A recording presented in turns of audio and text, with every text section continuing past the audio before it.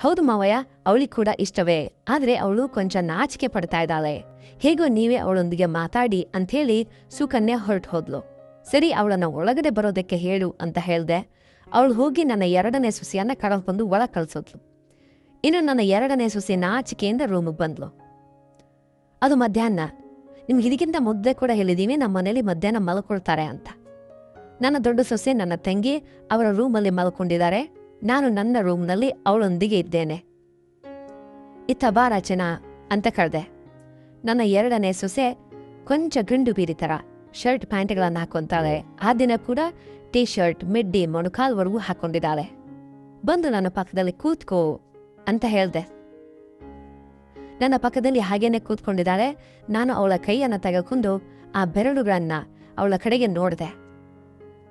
Room ಸ್ವಲ್ಪ ಕತ್ಲಾಗಿದೆ ಇರೋದ್ರಿಂದ ಅವಳೊಂದಿಗೆ ಮಾತಾಡ್ತಾ ಇದ್ದೆ.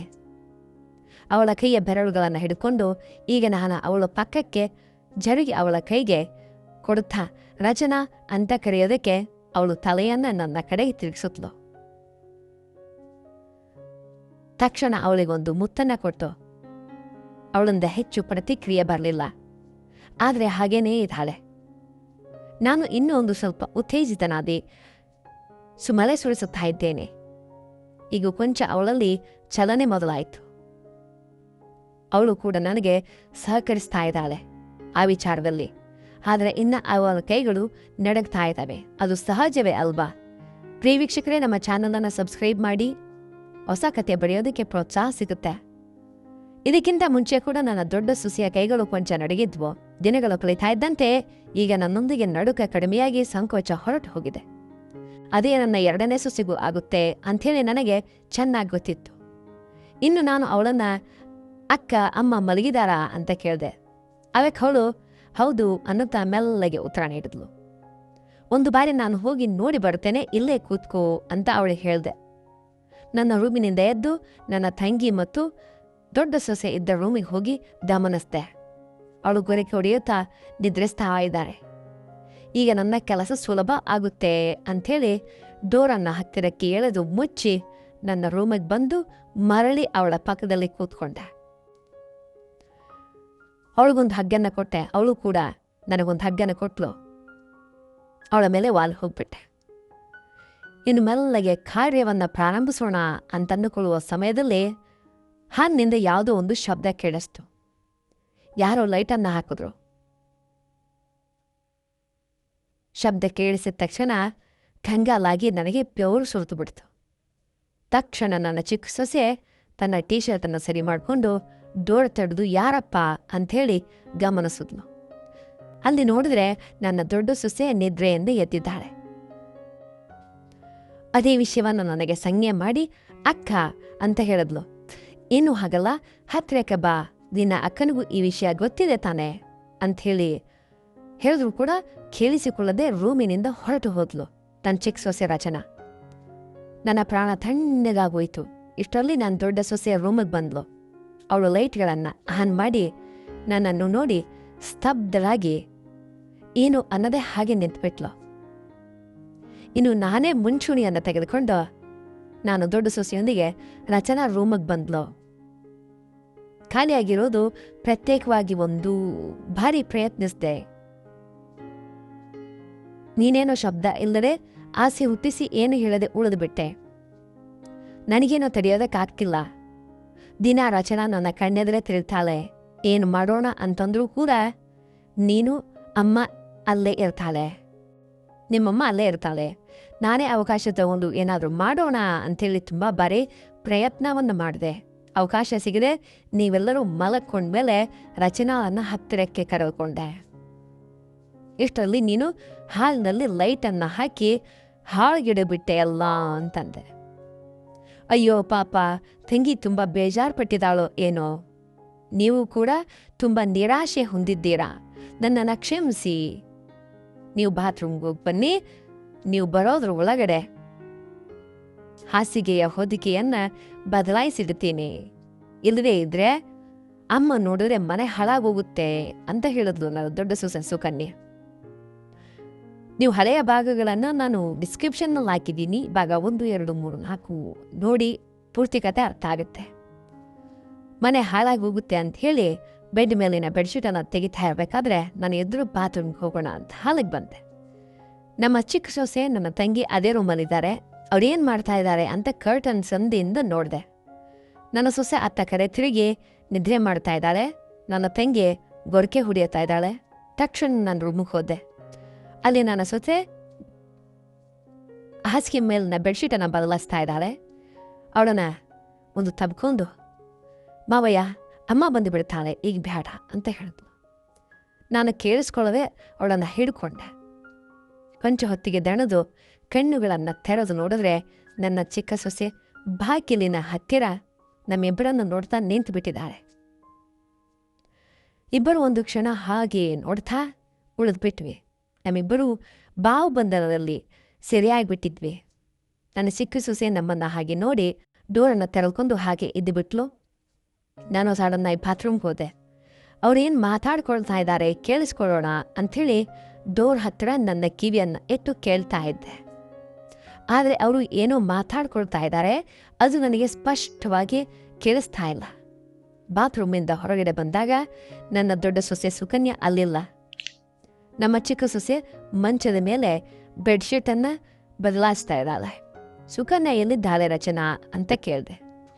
ಅಮ್ಮ ಕರೆದ್ಲು, ಅದಕ್ಕೋಸ್ಕರ ಓದ್ಲು ಅಂತೂ ಅವಳು ಉತ್ತರವನ್ನು ನೀಡಿ ನನ್ನನ್ನು ಬಿಡಿಸ್ಕೊಳ್ಳೋದಕ್ಕೆ ನೋಡ್ತಾ ಇದ್ಲು. ಇಷ್ಟರಲ್ಲಿ ನನ್ನ ತಂಗಿ ನನ್ನ ರೂಮಿಗೆ ಬಂದು, ನಾವು ಮಾರ್ಕೆಟ್ಗೆ ಹೋಗಬೇಕು, ನಿಮಗೇನಾದರೂ ಬೇಕೋ ಹೇಳಿ ಅಂತ ಕೇಳಿದ್ಲು. ನನಗೇನು ಬೇಡ, ಎಲ್ಲಾನು ಇದೆ ಅಂತ ಹೇಳಿದ ತಕ್ಷಣ ನನ್ನ ತಂಗಿ ಏನು ಮಾಡಿದ್ಲು, ಹೊರಟು ಹೋದ್ಲು. ನನ್ನ ಚಿಕ್ಕ ಸೊಸೆ ರಚನಾ ಅಲ್ಲೇ ಇದ್ದಾಳೆ. ನಾನು ರಚನಾಳನ್ನ ಇಲ್ಲೇ ಉಳ್ಕೊಳ್ಬೋದು ತಾನೇ, 1 ಗಂಟೆ ಕಾಲ ನಾವು ಇದಕ್ಕಿಂತ ಮುಂಚೆ ಕಳೆದುಕೊಂಡ ಆನಂದವನ್ನು ಮತ್ತೆ ತಿರುಗಿ ಪಡೆಯಬಹುದು ಅಂತ ಕೇಳಿದೆ. ಅದಕ್ಕೆ ಅವಳು ಉತ್ತರ ಹೇಳದೆ ಹೊರಟು ಹೋದ್ಲು. ಸರಿ ಅಂಥೇಳಿ ನಾನು ಹಾಲ್ನಲ್ಲಿ ಪೇಪರನ್ನು ಹಿಡಿದುಕೊಂಡು ಯಥಾವತ್ತಾಗಿ ಕೂತ್ಕೊಂಡೆ. ನನ್ನ ದೊಡ್ಡ ಸೊಸೆ ನನಗೆ ಟೀ ಕೊಟ್ಲು. ಇಬ್ಬರು ಒಬ್ಬರ ಮುಖ ಒಬ್ಬರು ನೋಡ್ಕೊಳ್ತಾ ಇಲ್ಲ. ಇಷ್ಟರಲ್ಲಿ ನಾನೇ ಅವಳನ್ನು ಕರೆದೆ. ಅವಳು ಕೊಂಚ ನನ್ನ ಪಕ್ಕದಲ್ಲಿ ನಿಂತು, ಏನು ಮಾವಯ್ಯ ಅಂತ ಕೇಳಿದ್ಲು. ಮಾರ್ಕೆಟ್ಗೆ ಹೋಗ್ತಾ ಇದೆಯಾ ಅಂತ ಕೇಳಿದೆ. ಹೌದು ಮಾವಯ್ಯ ಅಂತ ಉತ್ತರವನ್ನು ನೀಡಿದ್ಲು. ನಾನು ನಿರಾಶೆಯಿಂದ ಇಬ್ಬರು ಸೊಸೆಯಂದರು ಹೊರಟು ಹೋಗ್ತಾ ಇದ್ದಾರೆ ಅಂತನ್ನುವಂತಹ ಬೇಜಾರಿಂದ ಸಪ್ಪೆ ಮುಖವನ್ನು ನಾನು ಹಾಕ್ಕೊಂಡೆ. ಮಾರ್ಕೆಟಿಗೆ ಅಂದ ತಕ್ಷಣ ನನ್ನ ಸೊಸೆಯಂದಿರು ಚೆನ್ನಾಗಿ ಅಲಂಕಾರವನ್ನು ಮಾಡಿಕೊಂಡು ಹೋಗ್ತಾರೆ. ಅವ್ರನ್ನ ನೋಡೋಣ ಅಂಥೇಳಿ ನಾನು ಹಾಲ್ನಲ್ಲಿ ಎದುರು ನೋಡ್ತಾ ಇದ್ದೆ, ಅವ್ರು ಹೇಗೆ ರೆಡಿ ಆಗ್ತಾರೆ ಅಂತ. ಅಡುಗೆ ಮನೆಯಿಂದ ನನ್ನ ತಂಗಿ ಬ್ಯಾಗನ್ನು ತಗೊಂಡು ಹೊರಗಡೆ ಬಂದ್ಲು. ಇಬ್ಬರನ್ನು ಕರೆದ್ಲು, ಟೈಮ್ ಆಗ್ತಾ ಇದೆ, ಬೇಗ ಬನ್ನಿ ಅಂಥೇಳಿ ನನ್ನ ದೊಡ್ಡ ಸೊಸೆ ಮೊದಲಿಗೆ ಹೊರಗಡೆ ಬಂದ್ಲು. ಹಳದಿ ಬಣ್ಣದ ಚೂಡಿದಾರದಲ್ಲಿ ನಮ್ಮ ದೊಡ್ಡ ಸೊಸೆ ಸುಕನ್ಯಾ ಇದ್ಲು. ನನ್ನ ತಂಗಿ ನನ್ನ 2ನೇ ಸೊಸೆಯ ಮೇಲೆ ಕಿರಿಚಾಡಿದ್ಲು. ಏನಂತ, ಮತ್ತೆ ನಿನಗೆ ಪ್ರತ್ಯೇಕವಾಗಿ ಹೇಳಬೇಕು, ನಡಿ ಹೋಗೋಣ ಅಂಥೇಳಿ ನನ್ನ 2ನೇ ಸೊಸೆಯನ್ನ ಕೇಳಿದ್ಲು. ಮಲಗುವ ಕೊನೆಯಿಂದಲೇ ನನಗೆ ನಡುವು ನೋವಾಗಿ ನೆಸ್ತಾ ಇದೆ, ಮೈಕೈಯೆಲ್ಲ ನೋವಾಗ್ತಾ ಇದೆ, ಜ್ವರ ಬರೋ ಥರ ಇದೆ ಅಂತ, ನೀವು ಹೋಗಿ ಬನ್ನಿ ಅಂತ ರಚನಾ ಹೇಳಿದ್ಲು. ಒಳಗಿನಿಂದನೇ ಉತ್ತರವನ್ನು ನೀಡಿದ್ಲು. ನನಗೆ ಮೈಕೈ ನೋವಾಗ್ತಾ ಇದೆ, ನನಗೆ ಸುಸ್ತಾಗ್ತಾ ಇದೆ, ನೀವಿಬ್ಬರು ಹೋಗಿ ಬನ್ನಿ, ನನಗೆ ಬರೋಕ್ಕಾಗೋದಿಲ್ಲ ಅಂಥೇಳಿ ಅವಳು ಉತ್ತರವನ್ನು ನೀಡಿದ್ಲು. ನನ್ನ ತಂಗಿ ಬೈತಾ, ಯಾವಾಗಲೂ ಯಾವುದೋ ಒಂದು ರೋಗ ಮನೇಲಿರುತ್ತೆ, ದೊಡ್ಡವಳು ನೋಡಿದ್ರೆ ಹುಚ್ಚು, ಇವಳು ನೋಡಿದ್ರೆ ಮೈಕೈ ನೋವು, ಕಾಲು ನೋವು ಅಂತ ಹೇಳ್ತಾಳೆ. ಯಾವುದೋ ಒಂದು ಸಾಕು ನೆಪ ಹೇಳಿ ಮನೆಯ ಕೆಲಸಗಳನ್ನು ತಪ್ಪಿಸ್ಕೊಳ್ತಾ ಇದ್ದಾರೆ. ಹೀಗಾದರೆ ಬೇರೆಯವ್ರ ಮನೆಯಲ್ಲಿ ಹೇಗೆ ಕೆಲಸ ಮಾಡ್ಕೊಳ್ತಾರೆ ಅಂಥೇಳಿ ಕಿರ್ಚುತ್ತಾ ಕೂಗಾಡ್ತಾ ನನ್ನ ದೊಡ್ಡ ಸೊಸೆಯನ್ನ ಕಳೆದುಕೊಂಡು ಮಾರ್ಕೆಟ್ಗೆ ಹೊರಟು ಹೋದ್ಲು. ಅವಳು ಹೊಸ್ತಿಲು ದಾಟಿದ ತಕ್ಷಣ 1-2 ನಿಮಿಷಗಳ ನಂತರ ನಾನು ಡೋರನ್ನು ಚಿಲಕ ಹಾಕಿದೆ, ಡೋರ್ ಲಾಕ್ ಮಾಡಿದೆ, ನನ್ನ ರೂಮಿಗೆ ಹೋದೆ. ರಚನಾಳಿಗಾಗಿ ನಾನು ಎದುರು ನೋಡ್ತಾ ಇದ್ದೆ, ಅವಳು ಬರ್ತಾಳೆ ಈಗ ಅಂತ. ಆಗಲೇ 5 ನಿಮಿಷಗಳು ಕಳೆದು ಹೋದ್ವು. ಅವಳು ಒಳಗಡೆ ಬರ್ತಾ ಇಲ್ಲ. ಅವಳನ್ನು ನನ್ನ ರೂಮ್ದಿಂದಲೇ ಕೂಗಿ ಕರೆದೆ. ಅವಳು ಒಳಗಡೆ ಬಂದು ನನ್ನ ಹತ್ರ ಎದುರುಗಡೆ ನಿಂತಿದ್ದಾಳೆ. ಅವಳಿಂದ ಯಾವುದೇ ಕದಲಿಕೆ ಇಲ್ಲ, ಅಲಗಾಡ್ತಾ ಇಲ್ಲ. ನಾನೇ ಅವಳನ್ನ ಹತ್ತಿರ ಬರೋದಕ್ಕೆ ಹೇಳಿದೆ, ಬಾ ಇಲ್ಲಿ ಕೂತ್ಕೋ, ನನ್ನ ಪಕ್ಕದಲ್ಲಿ ಬಂದು ಕೂತ್ಕೋ ಅಂಥೇಳಿ ನಾನು ಅವಳಿಗೆ ಹೇಳಿದೆ. ಹೇಳಿದಂತೆ ಪಕ್ಕದಲ್ಲೇ ಬಂದು ಕೂತ್ಕೊಂಡ್ಳು. ಅವಳು ಮಧ್ಯಾಹ್ನ ಹಾಕ್ಕೊಂಡಿದ್ದ ಮಿಡ್ಡಿ ಅದೇ ಟೀ ಶರ್ಟ್ನಲ್ಲಿ ಇದ್ದಾಳೆ. ರಚನಾ, ಮಧ್ಯಾಹ್ನ ನಿಮ್ಮ ಅಕ್ಕನೊಂದಿಗೆ ನಾನು ಇದ್ದಾಗ ನೋಡಿದೆ ಅಲ್ವಾ ಅಂತೂ ಕೇಳಿದ ತಕ್ಷಣ ತಲೆ ಅಲ್ಲಾಡಿಸಿ ಉತ್ತರ ನೀಡಿದ್ಲು. ಬಾಯಿ ತೆರೆದು ಮಾತಾಡು ರಚನಾ, ಯಾವುದು ಒಂದು ಉತ್ತರವನ್ನು ಕೊಡು, ಬರೇ ತಲೆ ಅಲ್ಲಾಡಿಸ್ಬೇಡ ಅಂತ ಕೇಳಿದೆ. ನಾನು ನಿಮ್ಮ ಅಕ್ಕನ ಜೊತೆ ಮಧ್ಯಾಹ್ನ ಇದ್ದಾಗ ಜೊತೆಯಾಗಿ ಸೇರಿದಾಗ ನೀನಿದ್ದೆ ಅಲ್ವಾ ಅಂತ. ಅವಳು ಮೆಲ್ಲಗೆ ನೋಡಿದೆ ಮಾವಯ್ಯ ಅಂತ ಹೇಳಿದ್ಲು. ನಿಮ್ಮ ಅಕ್ಕ ಎಲ್ಲ ವಿಷಯಗಳನ್ನು ನಿನ್ನೊಂದಿಗೆ ಹೇಳಿದ್ದಾಳಾ ಅಂತ ಕೇಳಿದೆ. ಹೌದು, ಎಲ್ಲ ವಿಷಯಗಳನ್ನು ನನಗೆ ಅಕ್ಕ ಹೇಳಿದಾಳೆ. ಮೊದಲ ದಿನ ಕಳೆದ ವಾರ ಗುರುವಾರ ಮಾರ್ಕೆಟಿಗೆ ಹೋಗಿದ್ದು, ನಿನ್ನೆ ರಾತ್ರಿ ನಿಮ್ಮ ರೂಮಿಗೆ ಬಂದಿದ್ದು ಎಲ್ಲ ವಿಚಾರಗಳನ್ನು ನನಗೆ ಹೇಳಿದಾಳೆ. ಅಕ್ಕ ನನಗೆ ಸ್ಪಷ್ಟವಾಗಿ ಡೀಟೇಲ್ ಆಗಿ ವಿವರವಾಗಿ ನನಗೆ ಹೇಳಿದಾಳೆ ಏನೇನು ನಡೀತು ನಿಮ್ಮಿಬ್ಬರ ಮಧ್ಯೆ ಅಂಥೇಳಿ. ಮತ್ತೆ ನಿನಗೆಲ್ಲ ತಿಳಿದ್ರೂ ಕೂಡ ಬರ್ತೇನೆ ಅಂಥೇಳಿ 2 ವಾರಗಳಿಂದ ಕಾಯಿಸ್ತಾ ಇದೆಯಾ, ಯಾಕೆ ಬರಲಿಲ್ಲ ಅಂಥೇಳಿ ಸ್ವಲ್ಪ ಕೋಪದಿಂದ ಕೇಳಿದೆ. ಹಾಗೇನೇ ಇಲ್ಲ ಮಾವಯ್ಯ, ನಾಚಿಕೆ ಭಯ ಉಂಟಾಯಿತು. ಚಿಕ್ಕ ವಯಸ್ಸಿನಿಂದ ನಿಮ್ಮ ಕಂಡ್ರೆ ಭಯ, ಅದಕ್ಕೆ ಹೊರ ಹಾಕ್ಕೊಳ್ಳಿಲ್ಲ. ಅದು ಅಲ್ಲದೆ ಚಿಕ್ಕ ವಯಸ್ಸಲ್ಲಿ ಅಮ್ಮನನ್ನ ಅಪ್ಪನನ್ನ ರಾತ್ರಿ ಸಮಯದಲ್ಲಿ ಅಕ್ಕ ನಾನು ಸೇರಿ ನೋಡ್ತಾ ಇದ್ವಿ. ಅಮ್ಮನ ಕಿರಿಚಾಟ ನಮ್ಮ ಕಿವಿಯಲ್ಲಿ ಇದಾವೆ. ಅಂದಿನ ನನಗೆ ತುಂಬ ಆಸೆ ಇತ್ತು ಅಂತ ಹೇಳಿದ್ಲು. ಸರಿ, ಈಗಾಗಲೇ ತಡವಾಗಿದೆ ಅಂಥೇಳಿ ತನ್ನ ಭುಜಗಳ ಮೇಲೆ ಕೈಗಳನ್ನು ಹಾಕಿ ನನ್ನ ಹತ್ರ ಬಾ ಅಂತ ಹೇಳಿದೆ.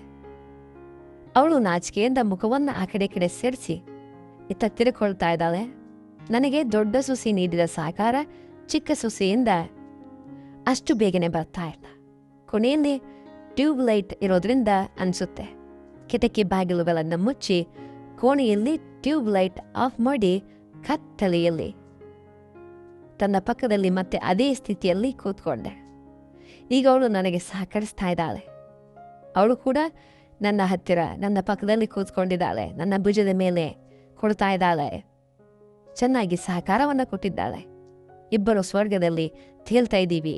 ಪ್ರೇಮ ಬಂಧನವಾಯಿತು, ಬಾವು ಬಂಧನ ಆಗ್ತಾ ಇದೆ ನಮ್ಮಿಬ್ಬರ ಮತ್ತೆ.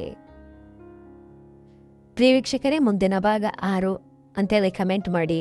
ಮುಂದಿನ ಭಾಗಕ್ಕಾಗಿ ನಮ್ಮ ಚಾನಲನ್ನು ಸಬ್ಸ್ಕ್ರೈಬ್ ಮಾಡಿ. ಮುಂದಿನ ಭಾಗ ತುಂಬ ಇಂಟ್ರೆಸ್ಟಿಂಗ್ ಆಗಿದೆ. ಹಳೆಯ ಭಾಗಗಳಿಗಾಗಿ ಡಿಸ್ಕ್ರಿಪ್ಷನಲ್ಲಿ ಕೊಟ್ಟಿರೋ ಲಿಂಕನ್ನು ಕ್ಲಿಕ್ ಮಾಡಿ. ಮತ್ತೆ ಸಿಗೋಣ. Take care. Bye. See you.